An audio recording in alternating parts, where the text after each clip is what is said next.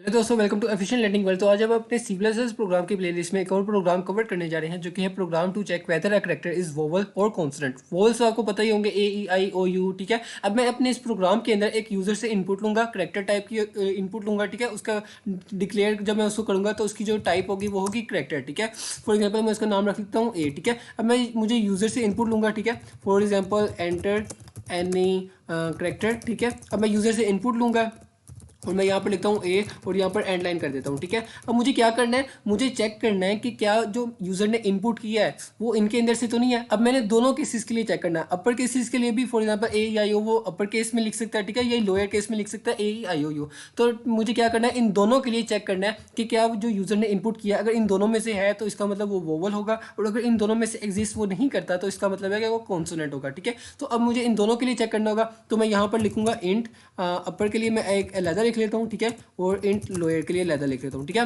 अब मुझे इन दोनों के अंदर कुछ कंडीशंस लिखानी होगी। अच्छा, अब मैं आपको ये इफ के साथ भी बताऊंगा। ठीक है, सबसे पहले मैं क्या करूँगा, अपर के अंदर कुछ लिखाऊंगा। ठीक है, मैं यहाँ पे एक और ऑपरेटर यूज़ करूंगा। ठीक है, और ऑपरेटर आपने पता ही होगा, एक मिनट में आपको पहले ये एक्सप्लेन कर देता हूँ कि इसके अंदर पहली कंडीशन क्या होगी। ठीक है, फॉर एग्जांपल अब वेरिएबल का नाम है ए। ठीक है, अब मैं क्या करूंगा, ए इज इक्वल टू यहाँ पर मैं लिखूंगा कैपिटल ए। ठीक है, इसका मतलब है कि इस करेक्टर वेरिएबल के अंदर जो इनपुट यूजर ने की है अगर तो इसके बराबर है तो साफ सी बात है वो एक वोवल है। ठीक है, तो मैं यहाँ पे इसको कंडीशन में लिखा दूंगा कि वो एक वोवल है। ठीक है, अब यहाँ पे मुझे एक से ज़्यादा कंडीशन लिखनी है तो मैं क्या करूँगा, और ऑपरेटर को ये यूज़ करूँगा। ठीक है, आपने और ऑपरेटर पढ़ा होगा, अगर उसके अंदर एक भी जो वैल्यू हो वो वन हो तो इसका मतलब है आउटपुट में वन रिसीव होता है। ठीक है, आपने मैथमेटिक्स में भी पढ़ा होगा। ठीक है, तो यहाँ पे ये बिट वाइज जो और ऑपरेटर मैं इसको यूज़ करूँगा। ठीक है, और इसी को यूज़ करते हुए मैं लिखूंगा ए इज इक्वल टू, यहाँ पर क्या पता वो कैपिटल ई प्रेस कर दे। ठीक है, या क्या पता ऐसा भी हो सकता है कि वो क्या प्रेस करेगा, कैपिटल आई प्रेस कर सकता है, या हो सकता है कि वो क्या प्रेस कर दे,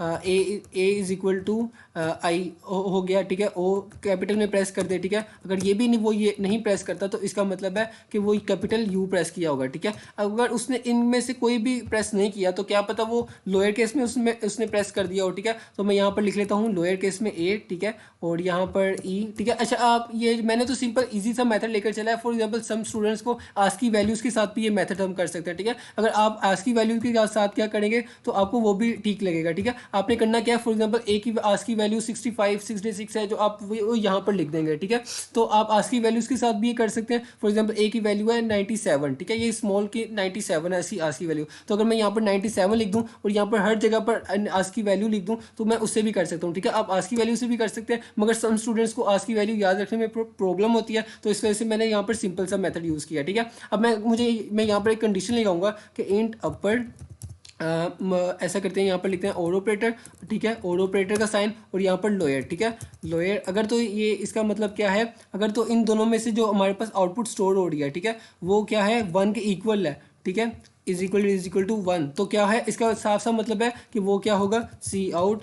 यहाँ पर मैं ऐसा करता हूँ, करेक्टर भी प्रिंट करवा देता हूँ। ठीक है, इज़ अ वोवल। ठीक है, और अगर वो इसमें से नहीं है तो साफ सी बात है कि वो क्या होगा, वो एक कॉन्सोनेंट होगा। ठीक है, तो मैं यहाँ पर लिखता हूँ ब्रैकेट्स के अंदर सी आउट और यहाँ पर लिख देता हूँ ए। ठीक है, और यहाँ पर मैं लिख देता हूँ इज़ अ कॉन्सोनेंट। ठीक है, अब यहाँ मैंने यहाँ पर लिख दिया कॉन्सोनेंट। ठीक है, अब यहाँ पर मैं इस प्रोग्राम को आपको रन करके दिखाता हूँ। ठीक है, सबसे पहले फॉर एग्जांपल मैं इनपुट में एंटर करता हूँ ए ही करूँगा। ठीक है, और मैं आपको दिखाऊंगा कि ये प्रोग्राम कैसे चल रहा है। For example enter any character, for example मैं ए एंटर करता हूँ तो ये देखिए ए इज़ अ वोवल। ठीक है, तो इसका मतलब है ए वोवल है। ठीक है, मैं आपको एक और दफ़ा प्रोग्राम रन करके दिखाता हूँ। अब मैं कैपिटल ए लिखूंगा। ठीक है, अब मैं कैपिटल ए लिखता हूँ तो ठीक है ये भी ए इज़ अ वोवल। ठीक है, अब मैं एक आपको कॉन्सोनेंट के लिए भी आउटपुट करके दिखा देता हूँ। फॉर एग्जांपल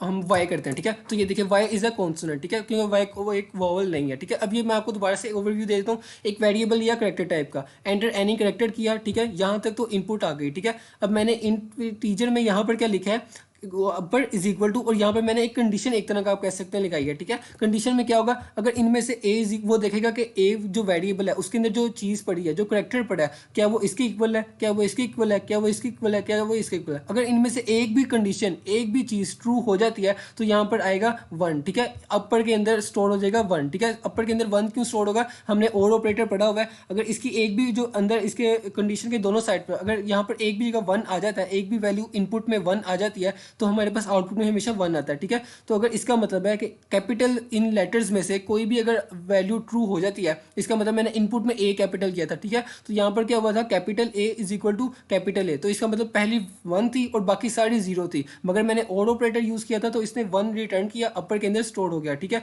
अब लोअर की भी तमाम 0 थी, क्योंकि upper case letter A is not equal to small case A, तो यहाँ पर 0 हो गई, ठीक है, ठीक है। तो यहाँ पर क्या हुआ था, अपर के अंदर मेरे पास क्या था 1, ठीक है, और यहाँ पर ओड ऑपरेटर था और यहाँ पर 0 था, ठीक है। तो इसने क्या रिटर्न किया मुझे 1, ठीक है, 1 इज इक्वल टू 1, ठीक है। तो इसने मुझे, इसका मतलब है ये कंडीशन ट्रू है, तो ये क्या होगा, इफ कंडीशन ट्रू होने पर इसकी बॉडी के अंदर आएगा और ये देखेगा, ये वाली लाइन प्रिंट कर देगा। सबसे पहले मैंने उस करेक्टर को प्रिंट किया और मैंने उसके बाद एक स्टेटमेंट लिखी है, स्ट्रिंग लिखा है इज अ वोवल, ठीक है। तो आज के इस प्रोग्राम में हमने देखा है कि हम कैसे कैसे चेक कर सकते हैं कि जो यूजर ने करेक्टर इनपुट किया है वो एक वोवल है या एक कॉन्सोनेंट है, ठीक है। अब आज की वैल्यूज भी से भी कर सकते हैं, मैं दोबारा से कहूँगा। फॉर एग्जाम्पल मैं यहाँ पर क्या लिख दूंगा, सिंपली 97 लिख दूंगा और यहाँ से ये सब कुछ रिमूव कर दूंगा और यहाँ पर आज की वैल्यू लिख दूंगा, ठीक है। तो आप आज की वैल्यूज से भी लिख सकते हैं, मगर कुछ स्टूडेंट्स को आज की वैल्यू याद नहीं रहती, इस वजह से मैंने एक इजी इंप्लीमेंटेशन मेथड यूज़ किया, ठीक है। आप सिंपली यहाँ पर वेरिएबल लिखेंगे और इज इक्वल का 2 दफ़ा इज इक्वल लिखाएंगे और यहाँ पर सिंपली वो करेक्टर लिख देंगे जो कि वोवल होता है, ठीक है, AEIOU। So thanks for watching this video. अगर आपको इस वीडियो में किसी भी बात की समझ नहीं लगी तो प्लीज़ मुझसे कमेंट सेक्शन में ज़रूर पूछिएगा।